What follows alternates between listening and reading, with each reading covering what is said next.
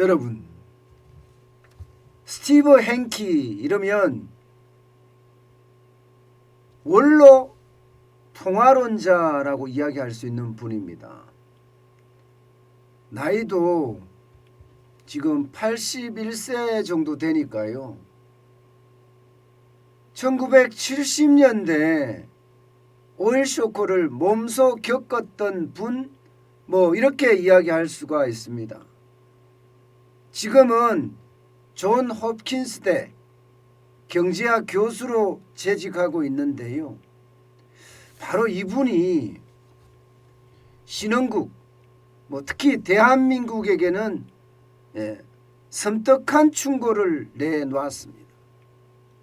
여러분, 이걸 한번 보세요. 지금처럼 관성대로 기준금리를 올리면 한국 등 신흥국에는 불행이 닥친다, 이렇게 아주 강하게 이야기를 했습니다. 그동안 말입니다. 대한민국은 이제 외환 보유고가 많기 때문에 외환 위기는 없다, 이렇게 이야기해 왔었지만 지금 스티브 행키 존 호킨스대 교수는 생각이 다릅니다. 그만큼 기준금리가 빠르게 올라가게 되면 신흥국에서는 긴축 발작이 발생이 되고요. 그렇게 되면 달러 가치가 굉장히 급등하면서 결국 말입니다. 외채가 많은 신흥국에는요, 1997년 한국에서 일어났던 것처럼 외환위기에 빠질 수 있다, 이렇게 경고를 한 겁니다. 이것은 어떻게 생각하면 말입니다. 지금까지하고 완전히 다른 그런 이야기를 하고 있습니다. 지금까지 우리가 짐작을 했을 때는 기준금리가 빨리 올라가면 긴축 발작이 일어날 거다, 이 정도까지 10% 20%가 자산이 폭락할 거다, 이 정도까지는 이야기했습니다만은 외환위기까지 이야기한 사람은 아직까지 석학들 중에는 없었습니다. 그런데 스티브 행키는 지금 그 어느 때보다 신흥국의 외환위기 쉽게 올 수도 있다는 경고를 내놓은 겁니다. 그만큼 말입니다. 미국의 어떤 인플레이션으로 인한 공포가 금리 인상을 촉발을 시켰고요. 지금 이대로 가면 금리 인상의 속도가 굉장히 빨라진다는 이야기입니다. 우리도 마찬가지로 지금 금리를 벌써 작년 8월부터 하면 3번이나 올렸잖아요. 이게 말입니다. 어쩌면 한국은행은 집값을 잡고자 금리를 사실상은 올렸지만 지금 전 세계의 어떤 긴축 모드나 혹은 통화정책의 대전환의 모드를 놓고 봤을 때는 잘한 일이다, 이렇게 이야기할 수 있을까요? 그만큼 말입니다. 미국의 금리 인상 속도가 굉장히 빨라진다는 이야기입니다. 이게 결국 충격을 줄 거라는 이야기예요. 문제는요, 스티브 행키 교수는요, 금리 인상만 가지고 절대 인플레이션을 잡을 수가 없다. 왜냐하면 말입니다.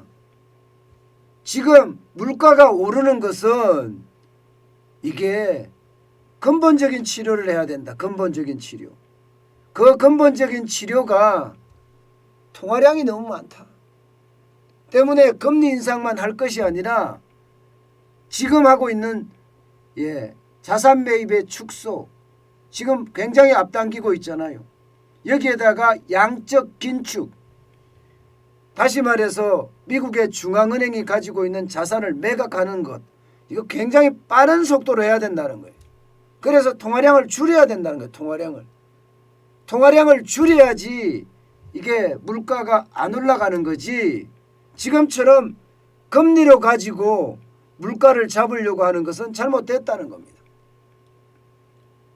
그만큼 통화량이 많이 풀렸기 때문이다, 이렇게 지금 스티브 행키 교수는 이야기하고 있습니다. 사실 말입니다. 통화량 엄청나게 늘어났잖아요. 2020년 코로나19의 위기가 덮치자마자 미국은 돈을 푼다고 난리였습니다. 단순하게 말입니다. 이 그래프에 보시는 것만 하더라도 2020년 2월에서 2020년 3월까지 통화량을 늘린 걸 보면 엄청납니다. 16조예요. 16조. 16조 6,680억 달러입니다. 2019년 1월만 하더라도 14조 달러였거든요. 14조 4,720억 달러인데 이게 16조 6,660억 달러잖아요. 굉장히 많이 풀은 겁니다. 이게 3월 기준으로 이렇습니다. 3월 기준으로. 그런데 통화력은 미국은요, 2020년 통으로 걸쳐서 통화량이 굉장히 많이 늘어났습니다. 통화량이. 그 어느 때보다 지금 많이 늘어났다고 이야기할 정도로 통화량이 그 어느 때보다 늘어났습니다. 그러니까 이 통화량이 결국은 말입니다. 물가에 자극을 줬고요. 이 물가에 자극을 줬기 때문에 그만큼 물가가 폭등하고 있다는 겁니다.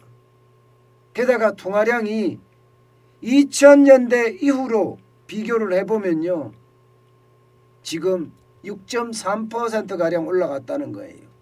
6.3%. 그런데 평균 성장률은 3%밖에 안 되는데 말입니다. 결국 이것이 미국의 어떤 전반적인 물가 상승을 가지고 온다, 이런 이야기잖아요. 돈이 너무 많이 풀렸기 때문이라는 거예요. 그래서 그 어느 때보다 말입니다. 돈을 잡아야 된다는 거예요. 돈을 잡아야. 그래야지 물가를 잡는 거지, 지금처럼 금리 인상의 방법으로 간다는 것은 결국 말입니다.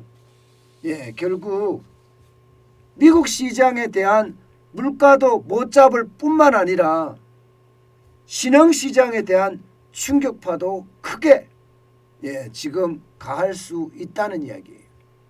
결국은 신흥시장, 한국이나 혹은 다른 여러 나라들, 여기에는요, 긴축 발작을 넘어서서 외환위기까지도 올 수 있다, 이런 이야기를 하고 있는 겁니다.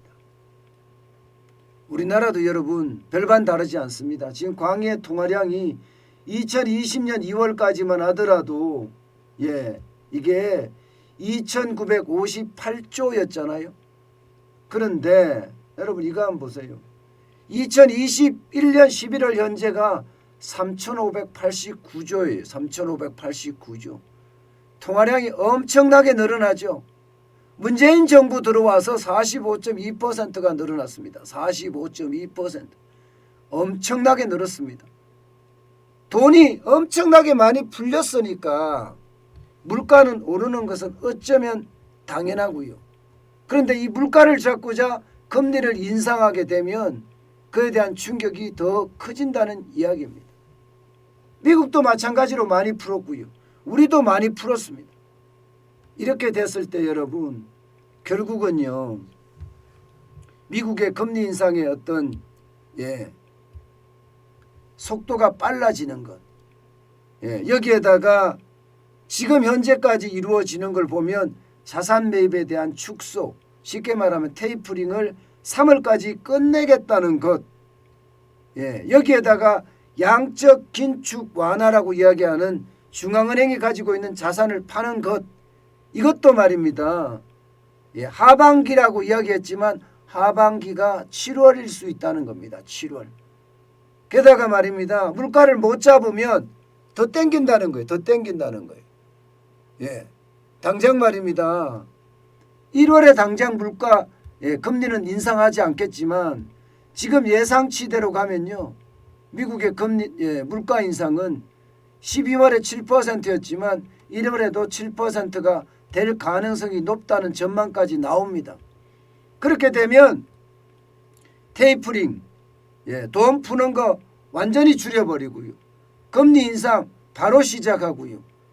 여기에다가 양적 긴축, 가지고 있는 자산까지 매각을 하게 되면 이게 신흥국 시장에는요 굉장히 큰 충격으로 돌아올 거다 하는 이야기입니다. 결국 말입니다. 스티브 행키 교수는요 지금까지의 어떤 긴축 발작을 넘어서서 외환 위기까지 이야기하고 있다는 사실은요 우리가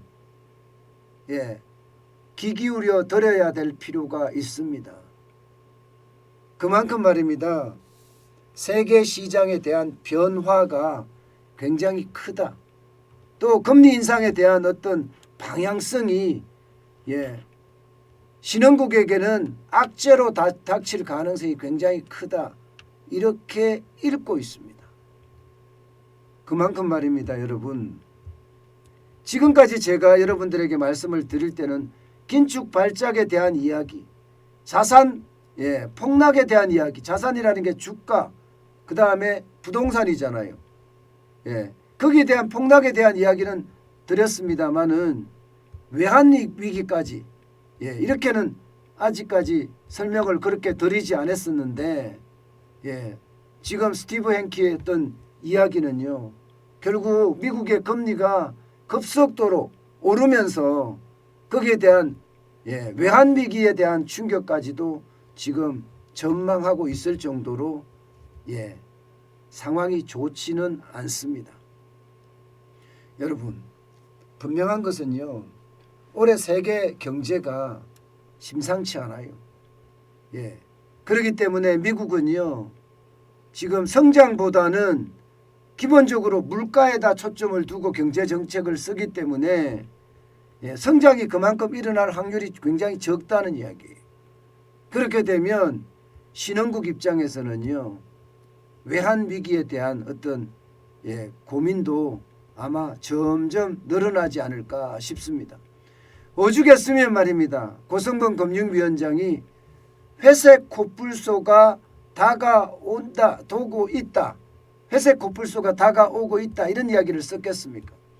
이때 회색 코뿔소라는 것은요. 우리가 익히 위기라고 알고 있지만 그게 한꺼번에 나에게로 달려든다는 뜻이에요. 다시 말해서 큰 위기가 알고 있는 위기가 현실화돼서 큰 위기로 발전한다는 이야기입니다. 저는 스티브 행키 교수의 이야기 우리가 섬뜩한 경고로 분명히 받아들여야 됩니다. 그래야만 그 위기에 대한 대비책도 마련할 수 있지 않을까 저는 다시 한번 생각해 봅니다.